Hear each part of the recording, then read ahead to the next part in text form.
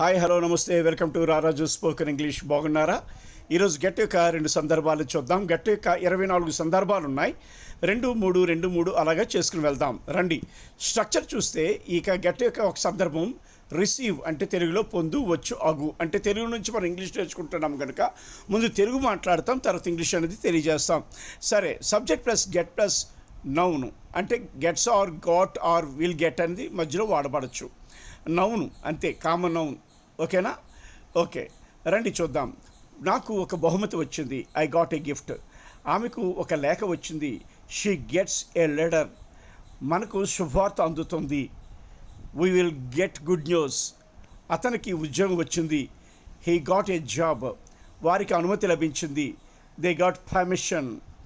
నాకు ఆహ్వానం వచ్చింది, ఐ గాట్ అన్ ఇన్విటేషన్. ఆమెకు అవార్డు వచ్చింది, షీ గాట్ ఎన్ అవార్డ్. అతనికి బహుమతి లభించింది, హీ గాట్ ఏ ప్రైజ్.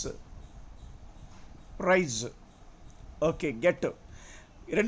రెండో సందర్భం బికమ్ అంటే అవ్వు లేక మారు. అంటే ఇక్కడ ఏంటంటే subject plus get plus adjective. అక్కడేం చూసాం? Subject plus get plus noun చూసాం. ఎగ్జాంపుల్ చూద్దాం రండి. నేను అలసిపోయాను, ఐ గాట్ టైర్డ్. ఆమెకు సులభంగా కోపం వస్తుంది, షీ గెట్స్ యాంగ్రీ ఈజీలీ. అతనికి నిన్న అనారోగ్యం వచ్చింది, హీ గాట్ సిక్ ఎస్టర్డే. మేము మరింత బలంగా మారుతున్నాము, వీఆర్ గెట్టింగ్ స్ట్రాంగర్. చీకటి పడుతుంది, ఇట్స్ గెట్టింగ్ డార్క్.